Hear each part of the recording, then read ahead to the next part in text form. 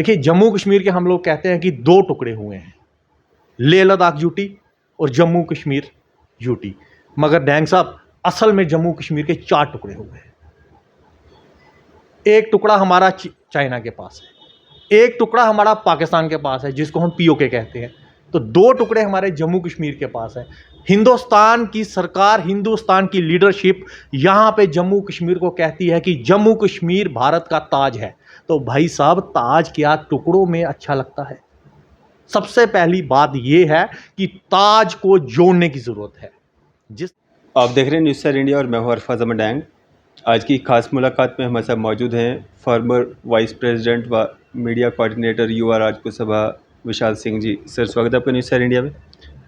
अरफाज साहब, बहुत बहुत शुक्रिया आपका, आज जी वक्त निकाला आपने हमारे साथ चर्चा के लिए, तो बड़ा अच्छा जी। अगर बात करें हम जिस तरह से अभी अगर हम बात करेंगे आज चर्चाओं का विषय जो बना हुआ है वो आज जिस तरह से सुप्रीम कोर्ट में जो 370 और 35A पे सुनवाई होनी थी और अब 2 अगस्त के बाद जो है डे बाय डे जो है इस पे सुनवाई होगी, कैसे देखते हैं और क्या उम्मीद की जा सकती है?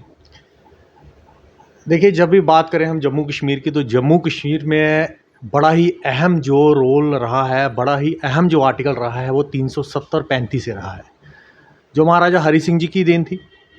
वक्त व वक्त उसमें बदलाव किए गए, वक्त व वक्त वहाँ पे चेंजेस लाई गई कि किस तरह से ज़मीनी विवाद थे, जहाँ आप कह सकते हो लैंड टू टिलर एक्ट आया, ज़मीनी विवाद आया, कुछ भी कह सकते हो। तो ये कहीं ना कहीं 370-35A के साथ ही सारे के सारे जुड़े हुए हैं। देखिए, 370-35A कहता है, एक ऐसा मेरे को लगता है कि वहाँ पे उसकी एक यहाँ वहाँ पे जम्मू कश्मीर में खासकर बात करूँगा कि एक ऐसी निवाबली थी उसकी। 370-35A की वजह से हम जम्मू कश्मीर के लोगों का वजूद था। ठीक है, वो सेंटर की सरकार ने 2019 में समझा कि इसको ख़त्म करना है, वो उनका अपना फ़ैसला था। अब रही बात सुप्रीम कोर्ट की, तो अगर सुप्रीम कोर्ट इस पे कोई डायरेक्शन देता है या किस तरफ जाता है, तो चलिए सुप्रीम कोर्ट हमारे लिए मान योग है। तो अगर वो किसी भी डायरेक्शन में इसके लिए जाते हैं तो हम उसके खिलाफत नहीं करेंगे, हम उसका फेवर करेंगे, हम उसको अपनाएंगे, चाहे वो किसी भी डायरेक्शन में जाए, चाहे वो वापस आए चाहे वो ना आए। बात करेंगे जम्मू कश्मीर की, तो जम्मू कश्मीर को हमारे एक आप कह सकते हो कि एक बड़ा ही एक अलग किस्म की रियासत थी, मगर आज उस रियासत का वो हाल हो गया है कि बड़ा दुख होता है देख के। एक समय पे सबसे बड़ी रियासत मानी जाने वाली जम्मू कश्मीर, जिसका एक अलग इतिहास था, जिसका एक अलग भूगोल था, जिसका एक अलग कंट्री होती थी, आज वो एक रियासत से आप कह सकते हो कि यूनियन टेरिटरी पे आ गई है। तो बड़ा दुख होता है डैन साहब, जब हम अपने इतिहास को देखते हैं कि हमारा इतिहास क्या था और आज हमारा फ्यूचर क्या है। और आने वाले वक्त में बात करें, अगर यही हाल रहा तो हमारा जो हम कह सकते हैं कि फ्यूचर है, वो मेरे को लगता है कहीं ना कहीं डार्क की तरफ जा रहा है। तो इसकी तरफ देखने की ज़रूरत है।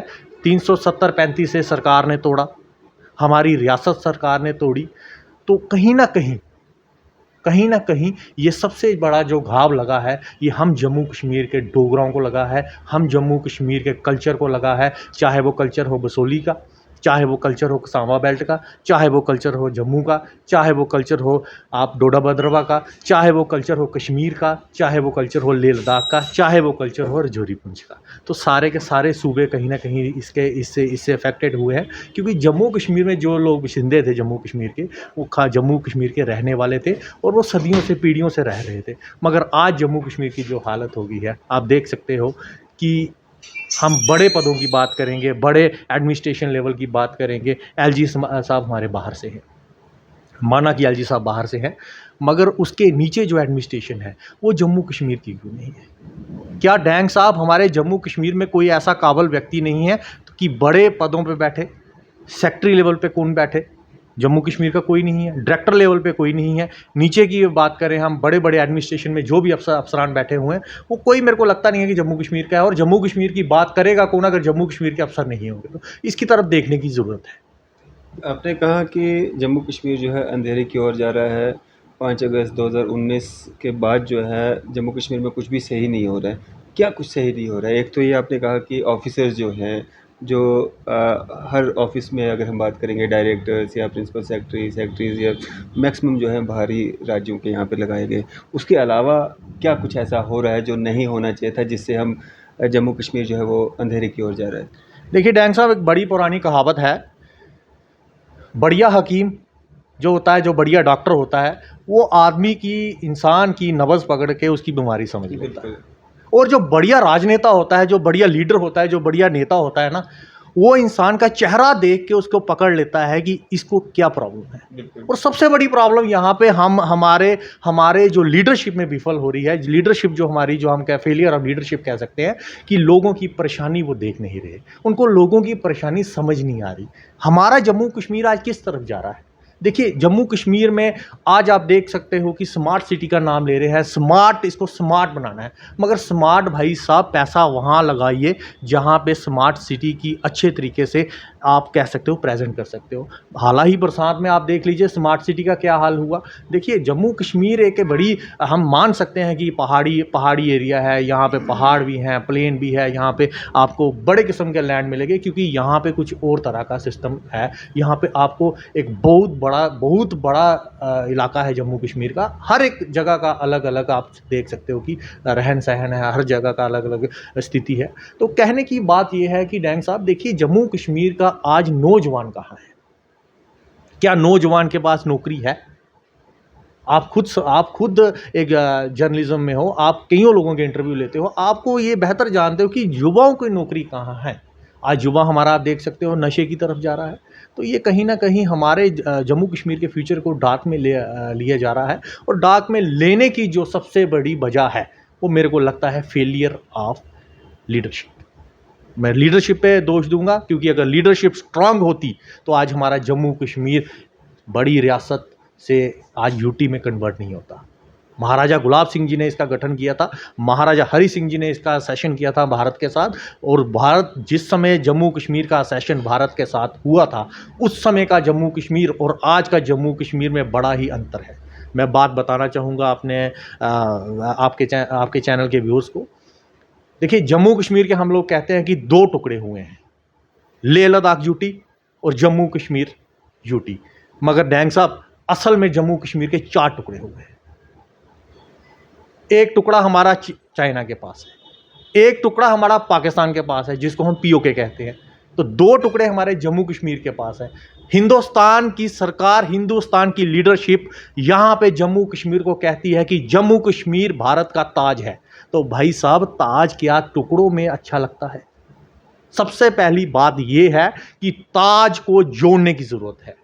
जिस तरह से हम लोग देखते हैं कि हमारे माननीय रक्षा मंत्री राजनाथ सिंह जी का बयान आया था पिछले दिनों जम्मू में जब आए थे कि हम पीओके वापस लेंगे। हाँ, बड़ी अच्छी बात है अगर आप पीओके वापस लेते हो। पीओके को आप जम्मू कश्मीर का एक ऐसी नींव रखिए कि पीओके जम्मू कश्मीर का हिस्सा हो और जम्मू कश्मीर रियासत जो है वो पूरी की पूरी उसी तरह गठन हो जिस तरह महाराजा हरि सिंह जी ने इसका सेशन किया था। अगर महाराजा हरि सिंह जी ने सेशन किया था, उन्होंने बड़ा सोच समझ के किया था। 370-35 से उस समय लगाई थी, क्योंकि हमारे जम्मू कश्मीर के लोग थोड़े से भोले थे, यहाँ पे कामकाज का सिस्टम वैसा नहीं था। देखो 370-35 से 2 जगह काम आती थी, एक तो हमारी ज़मीनों को देखभाल के लिए, दूसरा नंबर हमारी नौकरियों के लिए। आप आज देख रहे हो ज़मीनें दी जा रही हैं 5-5 मरले पे बात करेंगे। एलजी साहब ने हाल ही में बयान दिया 5 मरले ज़मीनें देने की बात की। वो 5 मरले ज़मीनें अगर दे रहे हैं तो डैंग साहब उसका कोई नोटिफिकेशन निकलता है कि ये किन लोगों को जा रहा है? 2 लाख परिवार हैं जिनको ये ज़मीनें दी जानी है 5-5 मरले। बिल्कुल सर, 2 लाख परिवार हैं, उसमें से ये बोल रहे हैं कि हमने कोई 1 लाख के करीब हमने वो ज़मीनें दे चुके हैं। तो मेरे को एक चीज़ बताना चाहता हूँ मैं डैंग साहब आपके चैनल के माध्यम से, हमारे जम्मू कश्मीर के लोग बड़े बड़ी बातें जानते हैं। 90.9 100% ही लगा लो, 0.1% लोगों के पास ज़मीन नहीं होगी जम्मू कश्मीर में अपनी, बाकी हर एक बंदे के पास ज़मीन है अपनी और वो अपने घर में रहते हैं। ये ज़मीनें 2 लाख परिवार कहाँ से आया और ये 2 लाख परिवार है कौन जिसको ये ज़मीनें दे रहे हैं? पहला नंबर तो इस पे एक मैं कहता हूँ कि इस बात पे एक पुष्टि होनी चाहिए कि ये लोगों को हम ज़मीनें दे रहे हैं और उनका बायोडाटा हमें दिखाना चाहिए। इतना तो हमारा हक है। या तो हमारा हक नहीं है तो आप सीधे बोल दो भाई आपको नहीं बताना है कि किसको ज़मीनें दे रही हैं, इतना हमारा हक है। हम जानना चाहते हैं कि ये 2 लाख परिवार है वो कौन है और कहाँ से आया है और किन लोगों को ज़मीन देनी चाहिए। पहला नंबर ये बात है। दूसरा नंबर बात की जाए नौकरियों की, जैसा कि 370-35 के हिसाब से दूसरा नंबर नौकरियों की बात की जाए तो जनाब आज आप कह सकते हो कि वो पोजीशन है कि जम्मू कश्मीर में नौकरियां बड़े कम मिल रही हैं। पिछले 7-8 साल से आप देख सकते हो कि नौकरियों की क्या हालत है। हमारा यूथ कहाँ पे है? हमारा यूथ अगर आज क्राइम रेशियो में जम्मू कश्मीर कहाँ जा रहा है, यूथ आज हमारा नशे की तरफ जा रहा है, तो इसका कारण कहीं न कहीं बेरोज़गारी है और ये कहीं न कहीं मुझे लगता है कि जम्मू कश्मीर के यूथ को अहमियत ना दी जा रही है, उसकी वजह से है। तो देखिए इस तरफ हमें देखना पड़ेगा। विशाल जी, आपने कहा जम्मू कश्मीर के 2 नहीं बल्कि 4 टुकड़े हुए हैं और आपने ये भी कहा कि जम्मू कश्मीर अंधेरे की ओर जा रहा है। बिल्कुल। आप एक ऐसी ऑर्गेनाइज़ेशन से ताल्लुक़ रखते हैं, जिन्होंने महाराजा हरि सिंह जी की छुट्टी जो है, तब तक उस जगह से नहीं उठे जब तक वो छुट्टी नहीं ले ली। तो फिर जो राइट्स थे, वो लेने में आप पीछे क्यों हैं? क्यों नहीं आप बढ़-चढ़ के या उसी जोश-ओ-खरोश के साथ जिस तरह से आपने हरि सिंह जी की छुट्टी के लिए लड़ाई लड़ी, उसी तरह से बाहर आ रहे हैं, सामने आ रहे हैं? अगर आपको लग रहा है कि गलत हो रहा है, जम्मू कश्मीर पे ज़ुल्म हो रहा है, तो क्यों नहीं आप बात कर रहे? देखिए डैंग साहब, बात करें जम्मू कश्मीर के साथ जो गलत हो रहा है तो युवा राजपूत सभा का संगठन जो है ये तमाम उन मुद्दों पे आवाज़ उठाता है जो जम्मू के साथ भेदभाव हो रहे हैं। देखिए आप पिछले दिनों बात करें हम राइका फार्म्स की तो हमने फॉरेस्ट बचाने के खिलाफ प्रदर्शन किया। बात करें हम डेली वेजर्स की तो उनके आवाज़ उठाई। बात करें हम अलग अलग खित्तों की जहाँ पे कुछ होता था, बात करें मिलिटेंसी की तो हमने हर एक जगह आवाज़ उठाई और उठाते रहते हैं। बात रही स्टेटहुड की, आज हम बात करेंगे बड़ी अहम मुद्दा है हमारा रियासत। देखिए रियासत के 4 टुकड़े हुए हैं, तो रियासत को बहाल करने की जो बात है, जैसे हमारे माननीय गृह मंत्री अमित शाह जी जम्मू कश्मीर में आते हैं, तो आते ही महाराजा हरि सिंह जी को वो याद करते हैं, प्रणाम करते हैं, उनको श्रद्धांजलि देते हैं। तो कहीं न कहीं उनकी नज़र जो है जम्मू कश्मीर के लोगों की तरफ अगर आ रही है, हमारे रक्षा मंत्री राजनाथ सिंह जी कहते हैं कि हमने पीओके की तरफ जाना है, तो कहीं न कहीं अच्छी बात है, मगर जम्मू कश्मीर को जल्द ही रियासत का दर्जा मिलना चाहिए।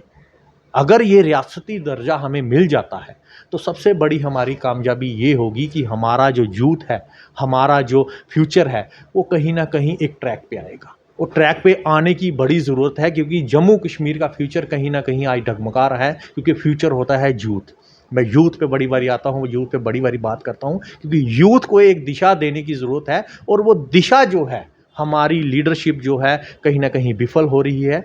इसलिए केंद्र की सरकार से आज मैं यहाँ आपके चैनल के माध्यम से अपील करूँगा कि रियासती दर्जे पे जल्द से जल्द काम किया जाए, नहीं तो कहीं ऐसा ना हो जाए कि जम्मू कश्मीर में एक सैलाब सा आ जाए, सभी लोग एक हो जाएं क्योंकि स्टेटहुड हमारे लिए बहुत ज़रूरी है।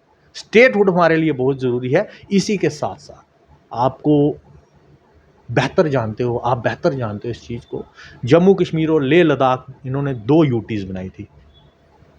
तो जनाब जम्मू कश्मीर की बात करें तो यहाँ पे कुछ ऐसा हमें देखने को नहीं मिला, मगर लेह लद्दाख यहाँ पे 5 लाख की पॉपुलेशन सारी है।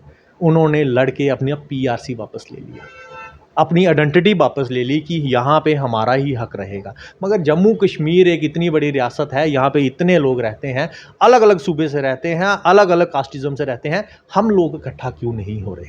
तो डैंग साहब, हम लोगों को इकट्ठा होने की ज़रूरत है। अगर हम लोग इकट्ठे होंगे, रियासती दर्जा, हमारी आइडेंटिटी, हमारा स्पेशल स्टेटस, ये सब कुछ वापस आ सकता है। बाकायदा हमें इकट्ठे होने की ज़रूरत है और मैं आज आपके चैनल के माध्यम से जम्मू कश्मीर के लोगों को यही अपील करूंगा कि आपसी विवाद छोड़िए, आपसी एक दूसरे के साथ झगड़े छोड़िए और हमारी रियासत के मुद्दे पे बात कीजिए, हमारी पीआरसी पे बात कीजिए, क्योंकि इसी के माध्यम से हमारा फ्यूचर है। क्योंकि ये जो फ्यूचर है ये हम लोगों ने तय करना है कि हम किस तरफ जाएं, तो हमें एक अच्छी दिशा की तरफ जाने के लिए एक होने की ज़रूरत है।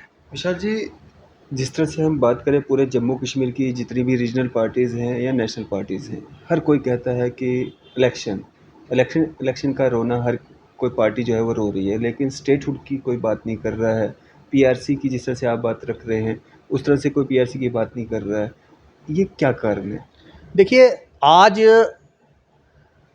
हमारा जो लीडरशिप है इतनी कमज़ोर हो चुकी है और इतनी लालची हो चुकी है कि उनको अपनी कुर्सी से मतलब है। वो अपनी कुर्सी के लिए अपना ज़मीनी स्तर ख़त्म कर रहे हैं। तो इसके लिए ये भी उनको पता होना चाहिए कि हमारा ज़मीनी स्तर जो ख़त्म हो रहा है, तो हमारे बच्चों को भी आने वाले टाइम पे ये परेशानी देखनी पड़ेगी। जनाब, जम्मू कश्मीर की बात करते हैं तो जम्मू कश्मीर में एक ऐसा सेटअप दिया गया था कि यहाँ पे कोई भेदभाव नहीं था। हिंदू, मुस्लिम, सिख, ईसाई सबको एक दर्जे में रखा हुआ था और सब लोग यहाँ पे साथ मिलके रहते भी हैं और साथ मिलके यहाँ पे लीडरशिप वैसी है कि लीडरशिप भी वहाँ पे साथ मिलके काम करती है। मगर कहीं ना कहीं इन लीडरों की नाकामी की वजह से हम लोगों को झेलना पड़ रहा है और इन लोगों को चाहिए कि जम्मू कश्मीर की जनता की नब्ज़ पकड़ें, जनता की चेहरे देखे, उनकी परेशानियों को समझे, अपनी कुर्सियों का लालच छोड़े और जम्मू कश्मीर की बेहतरी की तरफ देखे। शुक्रिया सर हमारे साथ बातचीत करने के बहुत लिए। बहुत शुक्रिया। तो ये थे हमारे साथ Vishal Singh ji, farmer vice president व मीडिया कोऑर्डिनेटर युवा राजपूत सभा। आपकी इस सब पे क्या राय है? आप भी अपनी राय जो है ज़रूर साझा कीजिएगा। इसी तरह के मज़ीद अपडेट्स के लिए आप देखते रहे न्यूज़ सर इंडिया। मैं अरफाज़ मडैंग, कैमरामैन शाहनवाज़ के साथ।